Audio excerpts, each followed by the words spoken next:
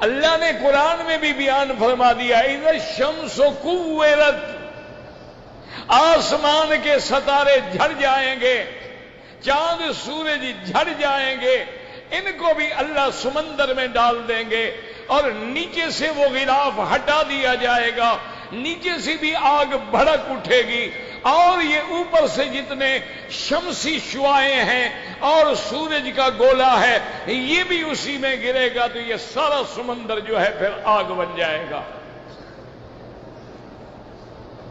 اور جنت کے پیدا ہونے کے لیے اللہ کے فرمان کے بعد سب سے بڑی گواہی جو ہے وہ حضرت محمد مصطفیٰ کی ہے۔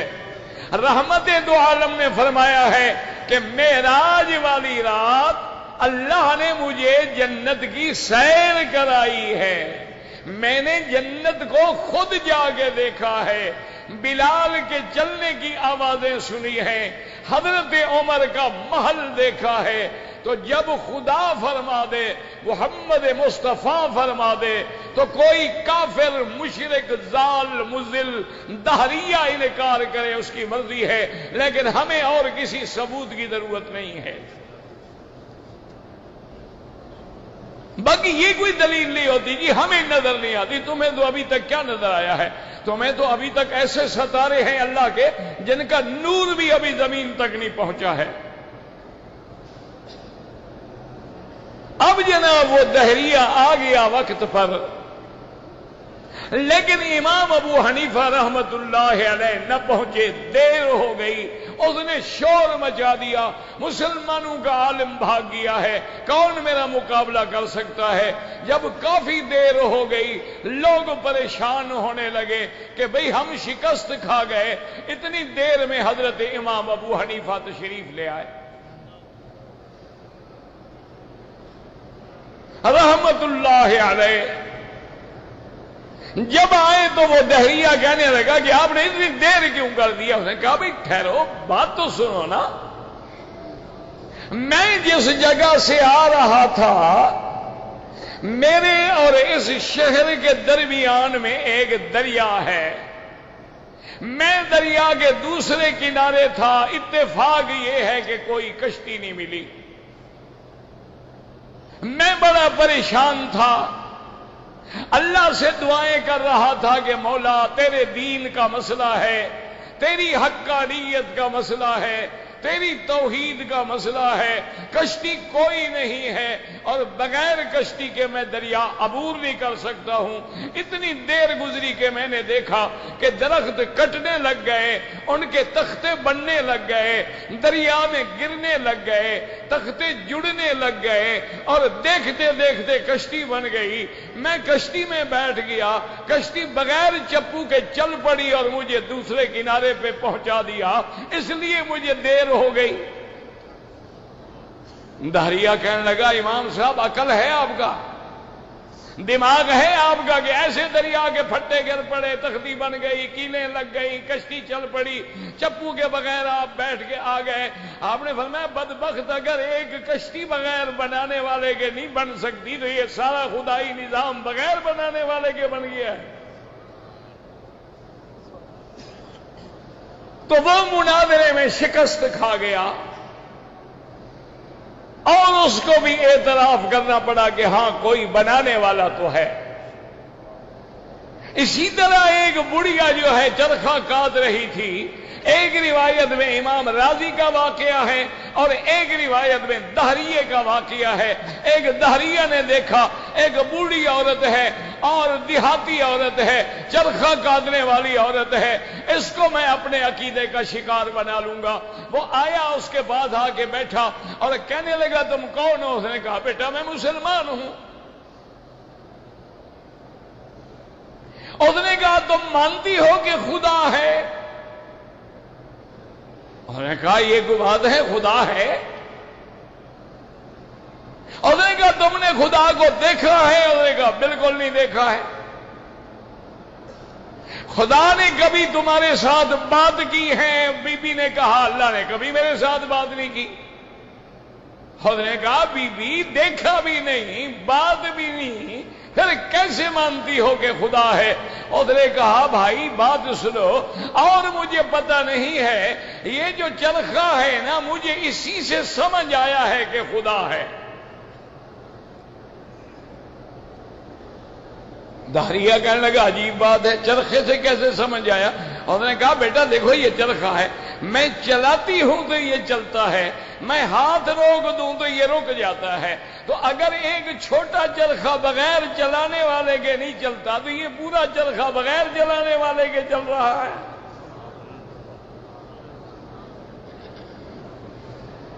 اب دہریہ لاجواب ہوا، اس نے کہا اچھا بی بی یہ بات تو ٹھیک کہتی ہیں آپ، لیکن ہو سکتا ہے کہ دو چلانے والے ہوں،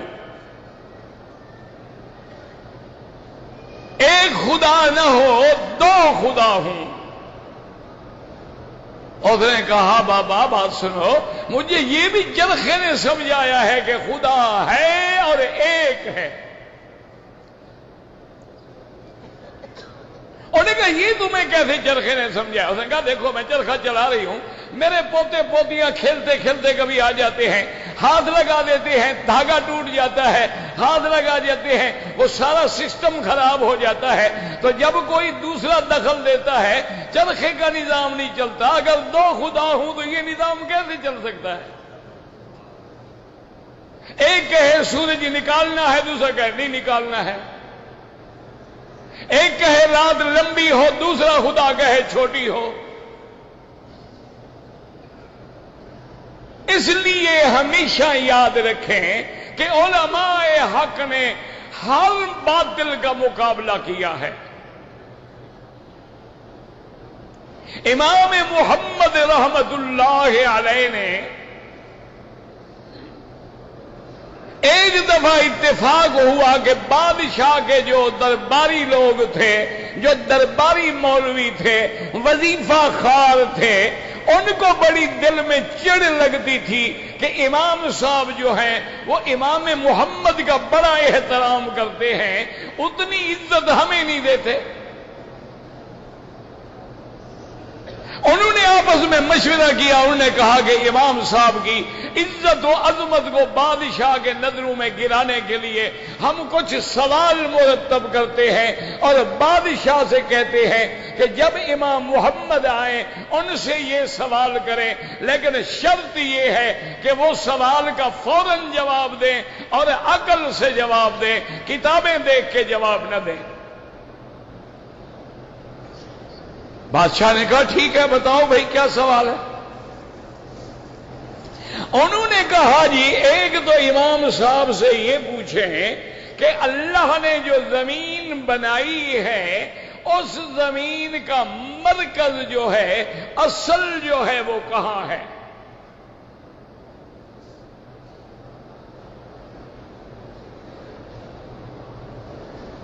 اسی لیے ہمیشہ یاد رکھو کہ باطل فرقے جو ہیں وہ بھی ایسے ایسے سوالات بناتے رہتے ہیں، لوگوں کو گمراہ کرنے کے لیے خود سوال گھڑتے ہیں، خود جواب گھڑتے ہیں۔ انہوں نے کہا جی ایک سوال تو امام صاحب سے یہ پوچھیں کہ اللہ کی اس زمین کا مرکز جو ہے، اصلی سنٹر جو ہے وہ کہاں ہے؟ اور دوسرا سوال امام صاحب سے یہ پوچھیں کہ آپ کا قرآن یہ کہتا ہے کہ اللہ نے شیطان کو آگ سے پیدا کیا ہے، تو اگر اللہ نے قیامت والے دن شیطان کو آگ میں ڈال دیا تو آگ کو آگ میں ڈال دو تو کون سا عذاب ہوگا؟ وہ تو ہے ہی آگ، آگ کو اٹھا کے آگ میں ڈال دو۔ انہوں نے کہا ٹھیک ہے۔ انہوں نے کہا جی تیسرا سوال ان سے یہ کرنا ہے کہ اس وقت تمہارا خدا کیا کر رہا ہے؟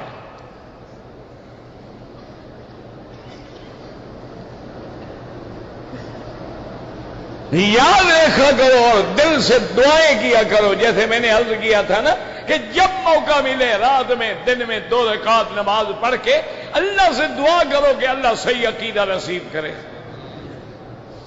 اور اللہ ہر گمراہی سے محفوظ رکھے۔ بادشاہ نے کہا ٹھیک ہے۔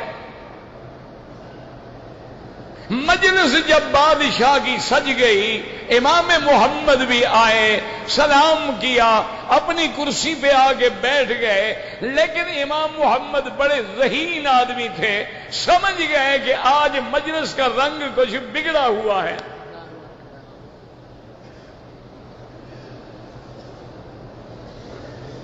آج بادشاہ نے بھی وہ توجہ نہیں کی جو ہمیشہ کرتے ہیں، اور باقی حاضرین نے بھی وہ احترام نہیں کیا، بہرحال چپ کر کے بیٹھ گئے۔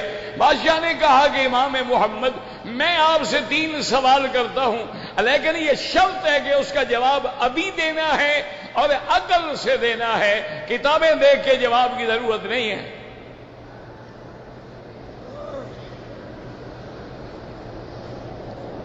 امام محمد رحمت اللہ علیہ نے فرمایا بادشاہ سے، بھائی یہ مسئلہ ان سے پتہ نہیں کبھی حل بھی ہوگا یا زندگی میں نہیں ہوگا، ادھر کرو چل پڑے، ادھر کرو بند ہو جائے، ابھی کوئی بات ہے؟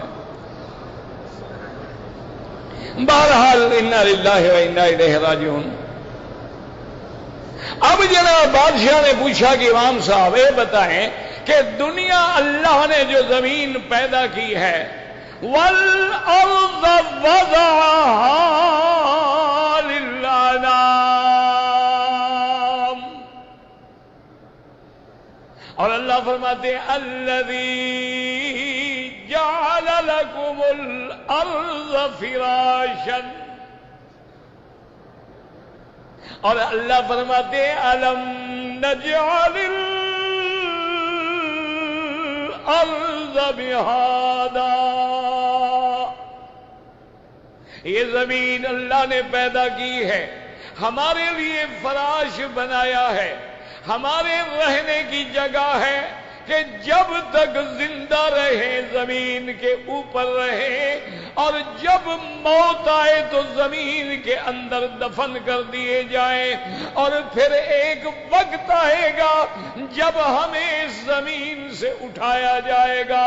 اللہ فرماتے ہیں منہا خلقناکم وفیہا نعیدکم ومنہا نخرجکم تارۃ اخری، اس مٹی سے ہم نے تم کو پیدا کیا ہے، اور اسی مٹی میں ہم نے دفن کرنا ہے، پھر اسی سے تمہیں نکالنا ہے۔ اس لیے کیا پیاری دعا ہے حاجیو، یاد کر لو، اللہم ارحمنا فوق الارض وارحمنا تحت الارض وارحمنا عند العرض۔ اللہ تبارک و تعالی جب تک ہم زمین کے اوپر ہیں ہم پہ رحم فرما، اور جب زمین کے اندر آئیں تو رحم فرما، اور جب تیری دربار میں پیشی لگے تو رحم فرما۔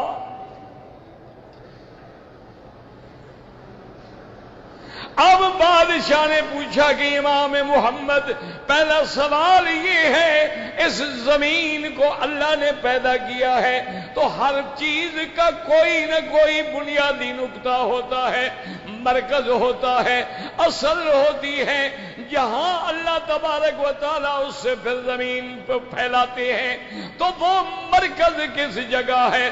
اب امام صاحب سمجھ گئے کہ بادشاہ کو بھرنے والے، یاد رکھو بھرنے والے بھی مولوی ہوتے ہیں، بگاڑنے والے بھی مولوی ہوتے ہیں، اور سیدھا رستہ دکھلانے والے بھی مولوی ہوتے ہیں۔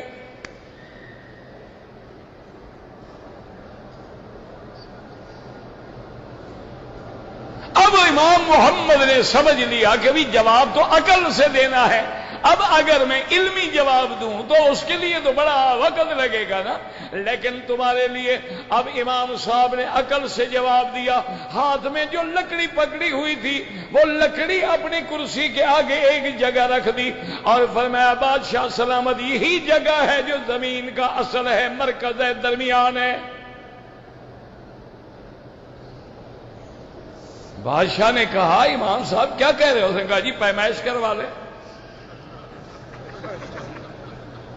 انہوں نے کہا جناب اگر میں نے غلط کہا ہے تو پیمائش کروائیں۔ اب بادشاہ نے مولویوں کو دیکھا، ان کے چہرے بھی لٹک گئے کہ امام صاحب نے ہمیں پٹواری بنا دیا، کون کہا زمین اللہ کی کون پیمائش کرے؟ انہوں نے کہا اچھا اس سوال کو جانے دو، اب دوسرے سوال کا جواب دو۔ ویسے یاد رکھو کہ اللہ تبارک و تعالیٰ نے جب زمین پیدا کی ہے، مسئلہ سمجھ لو شریعت کا، سب سے پہلے پانی تھا۔ زمین سے پہلے پانی تھا، وَكَانَ عَرْشُهُ عَلَى الْمَاءِ۔ پھر اللہ نے پانی کو حکم دیا، اب پانی گاڑھا ہوتا گیا اور کیچڑ کی شکل اختیار کر گیا۔ اس کے بعد اللہ تبارک و تعالی نے زمین کو حکم دیا، اور یاد رکھو سب سے پہلے جب اللہ نے زمین کو حکم دیا، جہاں اللہ کا کعبہ ہے یہی وہ زمین ہے جس نے جواب دیا تھا، اسی جگہ سے پھر اللہ نے زمین کو پھیلایا۔ یہ مرکز ہے، مرکز ہدایت بھی ہے، مرکز رحمت بھی ہے، مرکز اصلی بھی ہے، اور بقائے دنیا کا سبب بھی ہے۔ جب تک کعبہ قائم ہے دنیا قائم ہے۔ اور حضور نے فرمایا ایک وقت آئے گا گویا میں دیکھ رہا ہوں ایک کالے رنگ کا افریقہ کے علاقے کا بادشاہ ہوگا، باریک اس کی پنڈلیاں ہوں گی، سیاہ اس کا رنگ ہوگا، وہ اللہ کے کعبے کو توڑ کے پتھر علیحدہ کر دے گا، اور پھر اللہ تبارک و تعالیٰ کی قیامت کا وقت آ جائے گا۔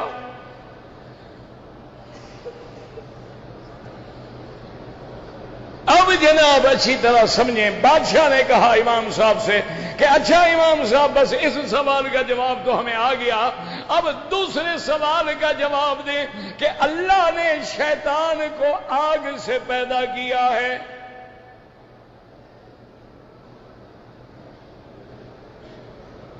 اسی لیے یہ مولوی برادری جو ہے نا ہماری، دعا کرو اللہ ان کو پٹڑی پہ رکھے، دعا کیا کرو۔ اور میرا ایمان ہے کعبے میں اگر مولوی اور پیر ٹھیک ہو جائے دنیا میں کوئی گمراہ نہیں ہوگا۔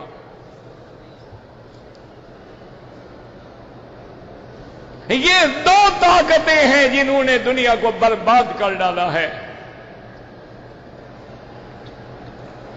یہ دو طاقتیں ہیں جنہوں نے دنیا کو گمراہی میں ڈال دیا ہے۔ ورنہ ایمان سے کہیں ابھی محرم آنے والا ہے، کوئی عقل کی بات ہے کہ آج بھی دلدل گھوڑے کو نکالا جائے، جلوس نکالے جائیں، اور جناب وہ منظر بنایا جائے کہ حضرت حسین گھوڑے سے کیسے گرے تھے اور کیسے شہید ہوئے تھے۔ ان ظالموں کو یہ بھی شرم نہیں آئی کہ حضرت حسین تو کربلا میں اونٹ پہ سوار ہو کے گئے تھے، گھوڑے پہ تو گئے ہی نہیں تھے، تم کہاں سے ٹانگے کا گھوڑا لے آئے؟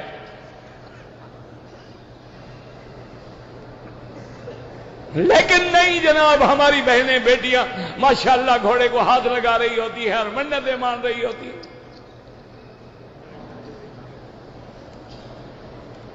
اپنے ہاتھ سے روضہ بنایا جاتا ہے، اپنے ہاتھ سے۔ اب ایمان سے کہیں ہر پیغمبر کی قبر مبارک اپنی جگہ پہ ہے، ہر اللہ کے ولی کا روضہ اپنی جگہ پہ ہے، ایک ان کا روضہ ہے جو گلیوں میں پھر رہا ہے۔ ایمان سے کہو یہ مذہب ہے، ڈرامہ ہے؟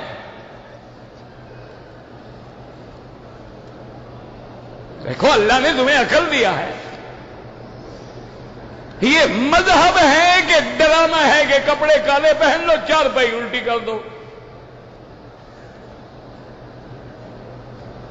یہ مذہب ہے کہ ڈرامہ ہے کہ حسین پیاسا شہید ہو جائے تم سبیلے لگا کے لوگوں کو دودھ پلاؤ؟ یہ مذہب ہے؟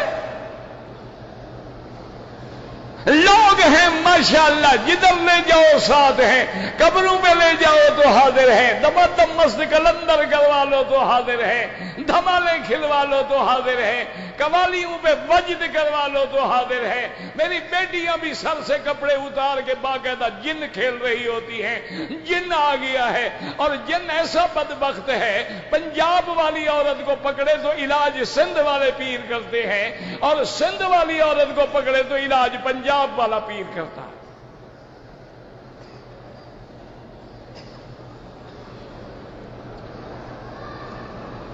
یہ ڈرامہ ہے، ایمان سے کہو کہ مذہب ہے۔ اور اگر یہی جلوس ہی نکالنے تھے، یہ میلاد ہی بنوانا تھا، یہ صلاۃ و سلام ہی پڑھنا تھا، پھر حضور پاک نے ایسے اتنی تکلیفیں برداشت کی ہیں۔ مکے والوں کو کہہ دیتے بھی تم اپنے خداؤں کے جلوس نکالو، میں اپنے جو خدا کا جلوس نکالتا ہوں، تم اپنے خیراتیں کرو، ہم اپنی خیرات کرتے ہیں، تم اپنے تعزیے نکالو، ہم اپنا جلوس نکالیں گے، کوئی لڑائی نہیں، کوئی جھگڑا نہیں۔ وہ تو کہتے تھے حضور ایسا کرو، 1 مہینے کے لیے ہمارا مذہب اختیار کر لو، 1 مہینے کے لیے ہم آپ کا مذہب مان لیتے ہیں۔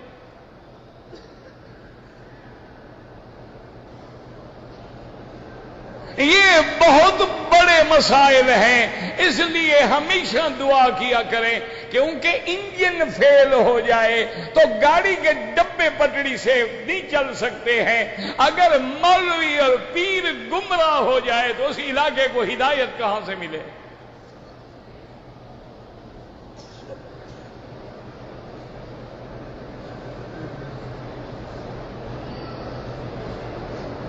اب جناب امام صاحب سے انہوں نے کہا کہ امام صاحب اللہ نے جنات کو آگ سے پیدا کیا؟ انہوں نے فرمایا بالکل اللہ نے آگ سے پیدا کیا ہے۔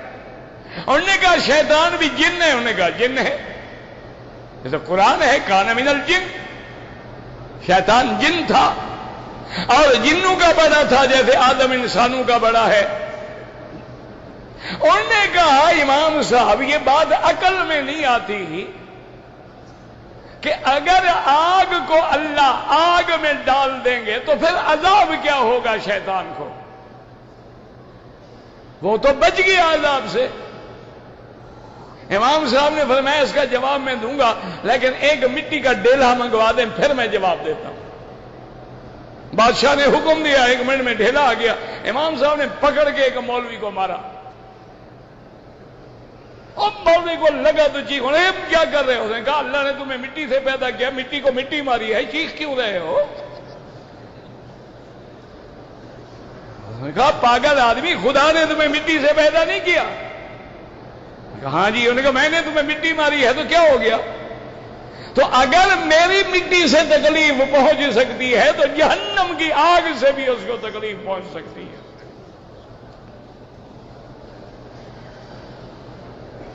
بادشاہ نے کہا کہ امام صاحب یہ مسئلہ بھی حل ہو گیا۔ امام محمد کوئی چھوٹا آدمی نہیں تھا جس کی کتابیں پڑھ کے کئی انگریز مسلمان ہو گئے۔ انہوں نے کہا ایک چھوٹے محمد کا اتنا علم ہے تو محمد مصطفیٰ کا کیا علم ہوگا؟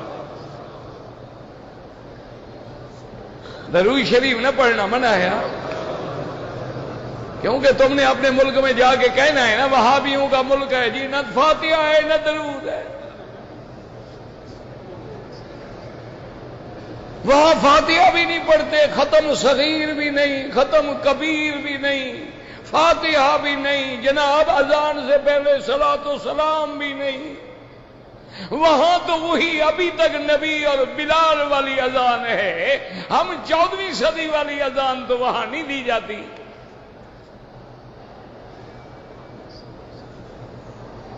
نہ اذان ہم نے بنائی ہے یا نبی پاک نے سکھلائی ہے؟ ہاں جی، تو کیا حضور نے سکھلایا کہ اذان سے پہلے صلاۃ و سلام پڑھو؟ اگر کسی حدیث میں ہے یار ہمیں بھی بتاؤ، ہم تمہارے ساتھ کھڑے ہو کے پڑھیں گے۔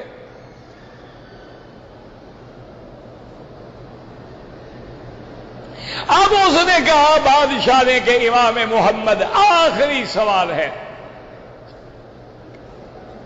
امام صاحب نے فرمایا جی فرمایا۔ انہوں نے کہا اب یہ بتائیں کہ اس وقت تمہارا خدا کیا کر رہا ہے؟ امام صاحب نے کہا کہ بادشاہ سلامت پہلے جتنے سوال تھے وہ مخلوق کے بارے میں تھے، اب یہ سوال خالق کے بارے میں ہے، اس کا جواب میں تب دے سکتا ہوں آپ میری کرسی پہ بیٹھے، میں آپ کی کرسی پہ بیٹھوں گا۔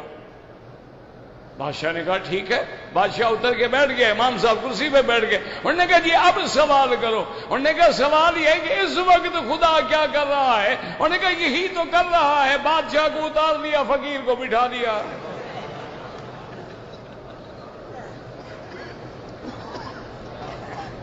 انہوں نے کہا یہی کر رہا ہے۔ تو مسئلہ سمجھ آ گیا۔ یاد رکھو کہ اس صورت میں اللہ نے دہریہ کا بھی رد کیا۔ میرا مدنی کہہ دو ہو اللہ،